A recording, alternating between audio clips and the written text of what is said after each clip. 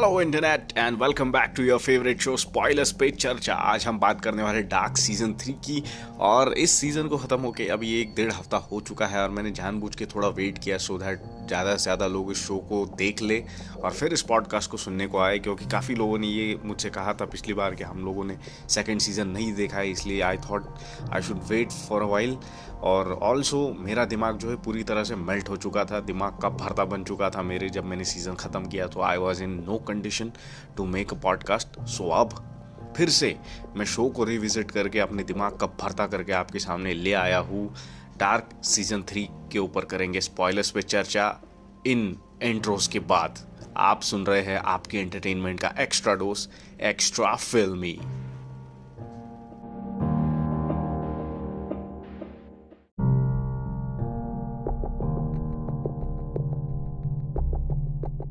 Season 2 के खत्म होते होते हमें ये पता चलता है कि यहाँ पर सिर्फ एक नहीं बल्कि दो दुनियाएं हैं, अल्टरनेट पैरेलल यूनिवर्सेस है यहाँ पर दो, जहाँ पर अलग अलग वक्त पर अलग अलग चीज़ें हो रही है, बट उनका रिजल्ट समवॉट सेम ही होता है। मतलब things may happen in different ways और at different times but the same results occur. Like यहाँ पर भी ओल्ड्रिक जो है हेल्गे का पीछा कर रहा है, लेकिन यहाँ वो अडल्ट हेल्गे का पीछा कर रहा है। और यहाँ पर ओल्ड्रिक जो है 1986 में जाकर हेल्गे पर अटैक करता है, बट अडल्ट हेल्गे पर अटैक करता है, और यहाँ पर वो उसकी कान की जगह पर उसकी आई जो है डिसफिगर कर देता है।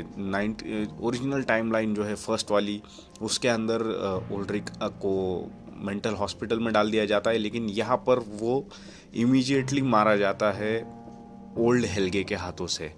यहाँ पर ओल्ड्रिक ने जो है कैथरीना को छोड़ दिया है और उसने हैना से शादी कर ली है। सो हैना की विश फाइनली फुलफिल हो चुकी है ओल्ड्रिक को पाने की। लेकिन यहाँ भी ओल्ड्रिक का एक और एक्स्ट्रा मैरिटल अफेयर चल रहा है शार्लेट डॉपलर के साथ। शार्लेट जो उसके साथ पुलिस में काम करती है, उन दोनों का अफेयर चल रहा है। तो यहाँ भी हैना जो है she is again another woman. Like उसे इस चीज़ से छुटकारा मिल ही नहीं रहा, समहाउ वो यहाँ भी the other woman in her man's life है। So that's kind of sad. Also यहाँ पर मिकल ने जो है कभी टाइम ट्रैवल नहीं किया है, तो उसकी वजह से वो कभी जाकर माइकल कानवॉल्ड नहीं बनता है, जिसकी वजह से जोनस जो है हमारा हीरो वो दूसरे यूनिवर्स में है ही नहीं, वो एग्जिस्टेंस में ही नहीं आता।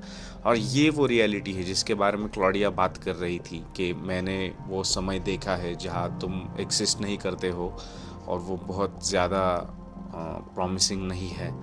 सो इस चीज़ का थोड़ा क्लोजर मिला मुझे इस बार, क्योंकि आई वॉज क्वाइट कन्फ्यूज्ड ये सोच के कि इसने कैसे देखी है वो रियलिटी। उसने देखी है क्योंकि दो रियलिटीज़ है।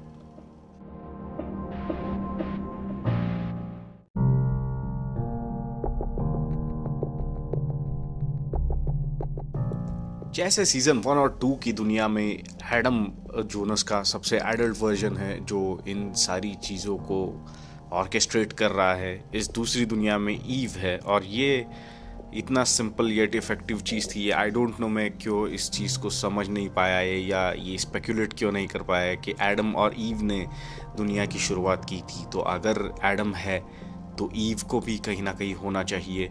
और ये चीज़ थोड़ा माइथोलॉजी में जाती है कि एडम और ईव ने दुनिया की शुरुआत की थी, इसलिए ये दो लोग जो है इस ओरिजिन पॉइंट का सेंटर है।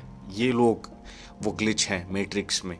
लेकिन बहुत जल्द इन्हें पता चलता है कि एक तीसरी दुनिया भी है जहाँ H.G. टैनाहॉस ने टाइम मशीन क्रिएट की थी, जिसने दुनियाओं को स्प्लिट कर दिया और उसकी दुनिया ख़त्म होकर दो दुनियाएं शुरू हुई, जिसमें एक दुनिया में एडम रूल करता है, दूसरी में ईव। और ट्राइकेट्रा कहीं ना कहीं इफेक्ट में आता है, क्योंकि 3 का आंकड़ा जो है काफ़ी बार आता है। 33 सालों के इंटरवल से आप टाइम ट्रैवल कर सकते हैं।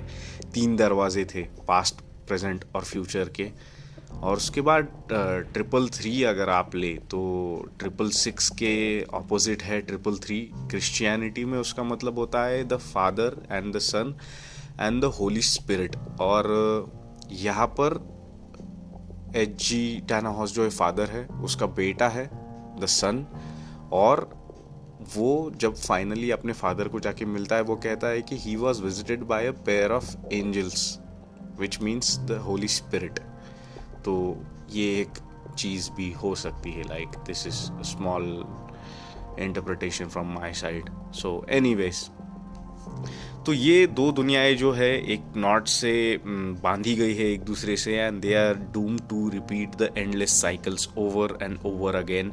और एडम जो है इस नॉट को डिस्ट्रॉय करने की कोशिश कर रहा है, क्योंकि उसे लगता है कि जो ओरिजिन पॉइंट है उसे अगर ख़त्म कर दे तो सारी पेन और मिजरी जो है ख़त्म की जा सकती है. On the other hand Eve जो है इस नॉट को प्रिजर्व करने की कोशिश कर रही है, क्योंकि इन दोनों के संगम से जो बेटा पैदा होने वाला है, who is known as the unknown, जिसका नाम लाइक कास्ट में भी नहीं दिखाया गया है शो की, तो उसे हम अननोन ही कहेंगे. वो अननोन जो है उसे बचाने के लिए ईव जो है इस नॉट को प्रिजर्व करने की कोशिश कर रही है. और एडम और ईव को ऐसा लगता है कि ओरिजिन पॉइंट जो है उसी ने इस इवेंट को जो है किक ऑफ किया हुआ था, लेकिन ये गलत है. इस पे हम थोड़ी देर में आएंगे. इसके बाद जो 2-3 चीज़ें मैंने नोटिस की शो के अंदर थोड़ी इंटरेस्टिंग. फर्स्ट मुझे लगी कि काफ़ी बार हमें देखने को मिला था नीचे शो में कि 6 आवर्स अंटिल द एपोकलिप्स ये देखने को मिलता है, और उसके बाद काउंटडाउन जो है शुरू हो जाता है. और एग्जैक्टली शो के 6वें घंटे के आखिरी फ्रेम में जो है दुनिया ख़त्म हो जाती है. So the world actually ends in 6 hours in this show.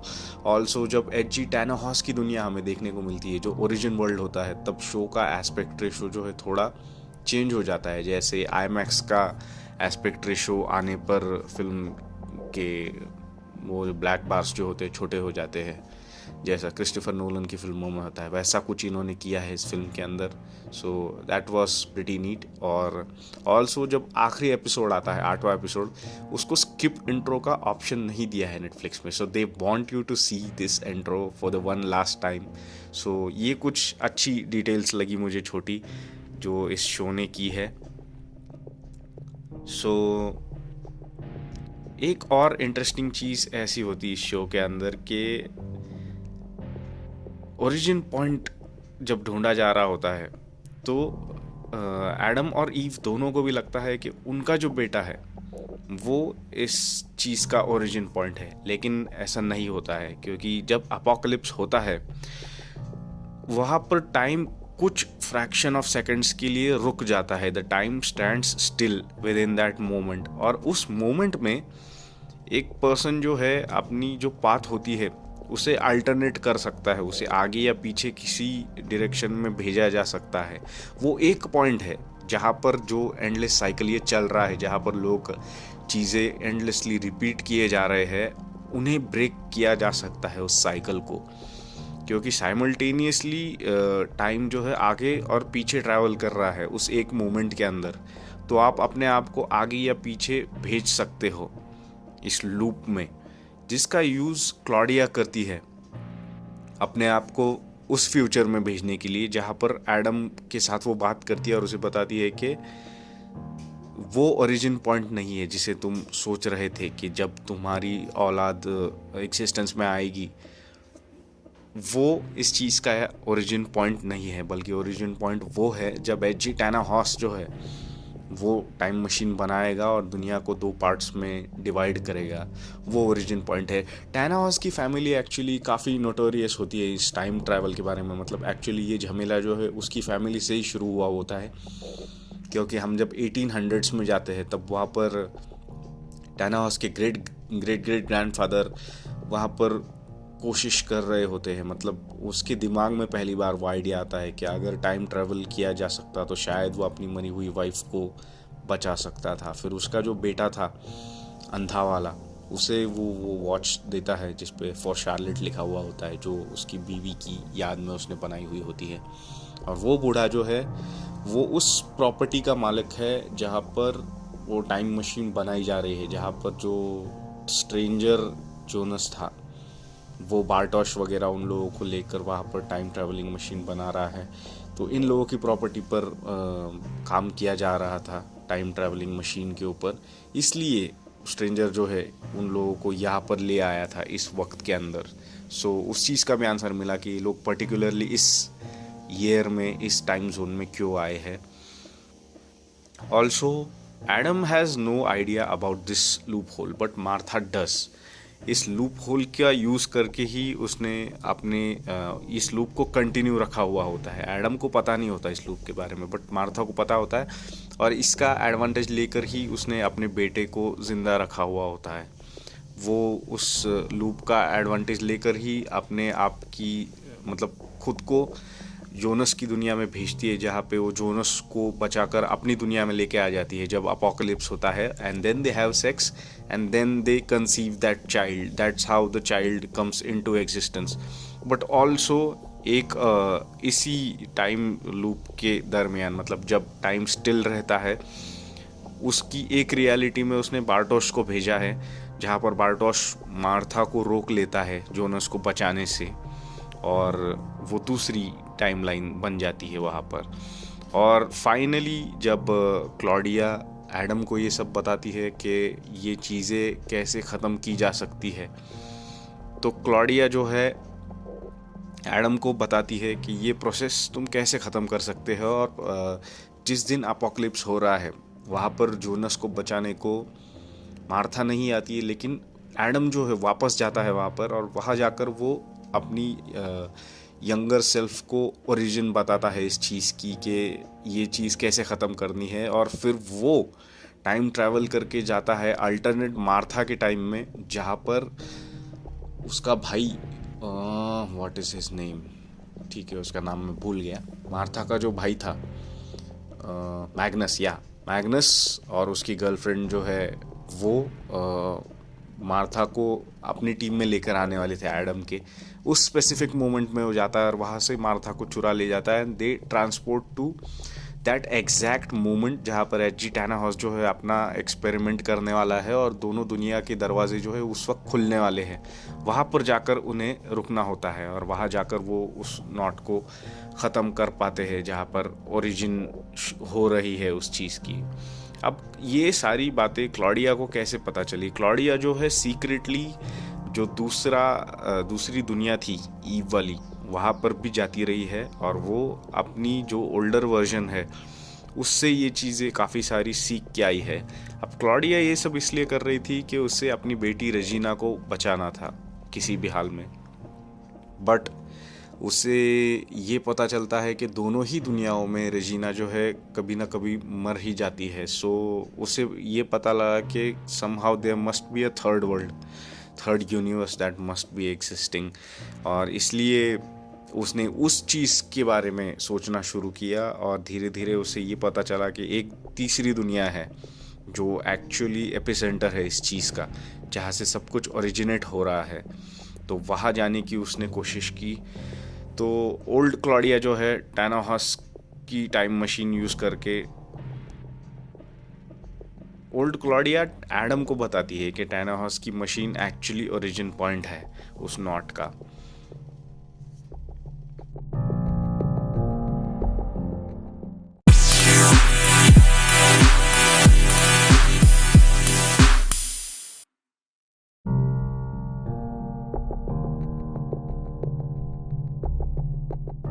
तो जोनस और मार्था जो है ओरिजिन वर्ल्ड में ट्रैवल करते हैं जाकर, जहाँ पर टैनाहॉर्स का जो बेटा और उसकी बहू और उनकी ग्रैंड डॉटर शार्लेट जो है उस दिन रात को झगड़ा करके वहाँ से निकलने वाले होते हैं, और उनका एक्सीडेंट हो जाता है जिसमें उनकी गाड़ी ब्रिज से गिर जाती है और वो तीनों उसमें मर जाते हैं। और इनके गम में टैनाहॉर्स जो है टाइम मशीन क्रिएट करता है उन्हें ज़िंदा रखने के लिए, और उसकी वजह से दो दुनियाएं बन जाती है। तो उन्हें इस मोमेंट को अनडू करना होता है एडम, जोनस और मार्था को, और वो लोग वैसा करते हैं वहाँ पर जाके। और उसकी वजह से क्या होता है कि जो लोग अल्टरनेट इन दुनियाओं में क्रिएट होने वाले थे वो कभी एग्जिस्टेंस में ही नहीं आते, जिसकी वजह से एडम या जोनस और मार्था जो है दोनों भी डिसइंटीग्रेट हो जाते हैं, और उनकी वजह से जो लोग क्रिएट होने वाले हैं वो सारे लोग एग्जिस्ट ही नहीं करते हैं आने वाली टाइमलाइन में इस दुनिया के। उसकी वजह से जोनस, नोवा, शार्लेट, एलिजाबेथ, फ्रांसिस्का और सारे जो नील्सन्स है they don't exist any more, क्योंकि ये सब लोग जो है ब्लड रिलेटिव थे एक दूसरे के। जो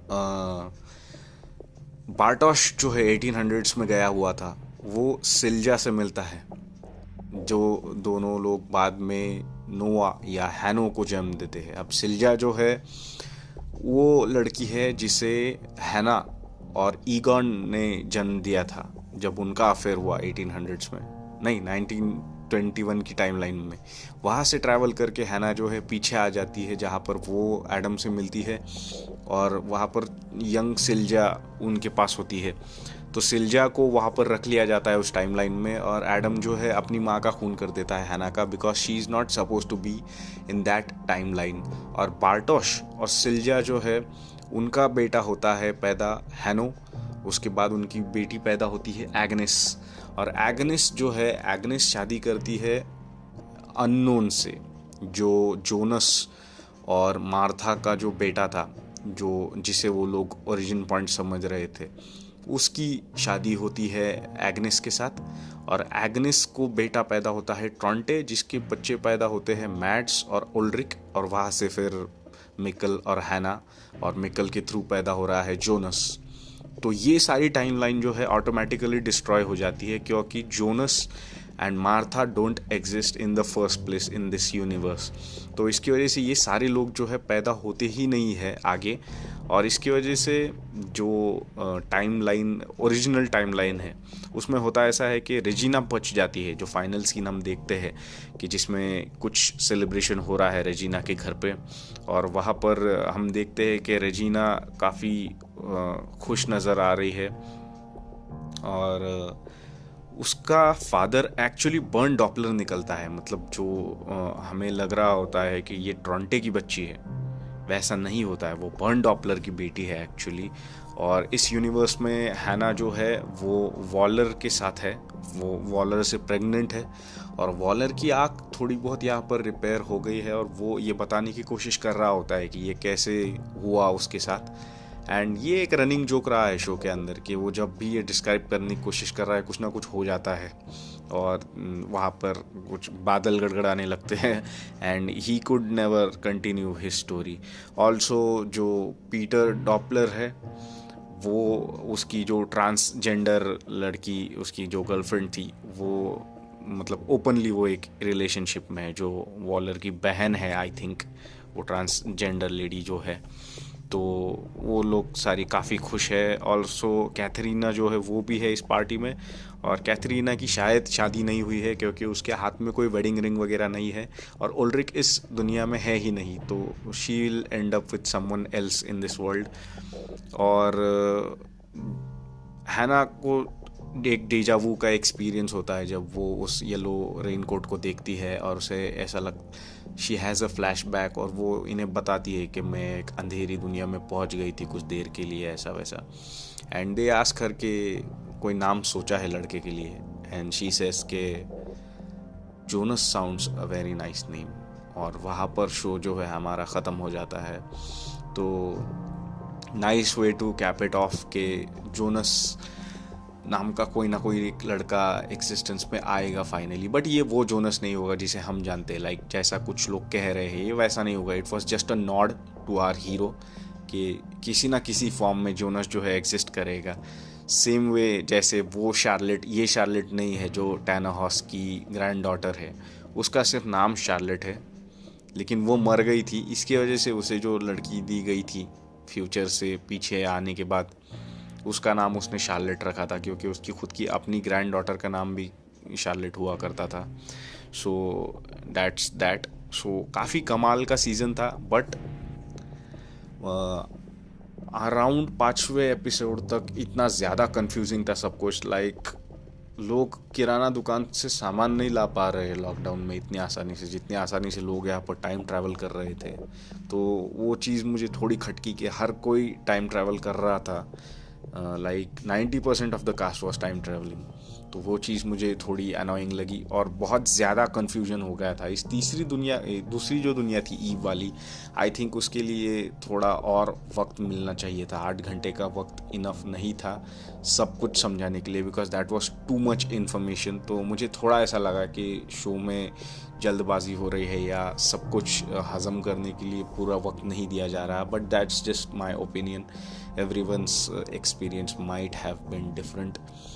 ऑल्सो ये तीसरी दुनिया वाली जो चीज़ है, या दूसरी दुनिया वाली भी, मुझे थोड़ा कॉप आउट लगा शुरुआत में कि ये तो बस एक एक्सक्यूज़ ढूंढ ली कि अब 2 कर सकते हैं तो 4 क्यों नहीं, ये भी हो सकता है कि बहुत सारी दुनियाएं होंगी शायद।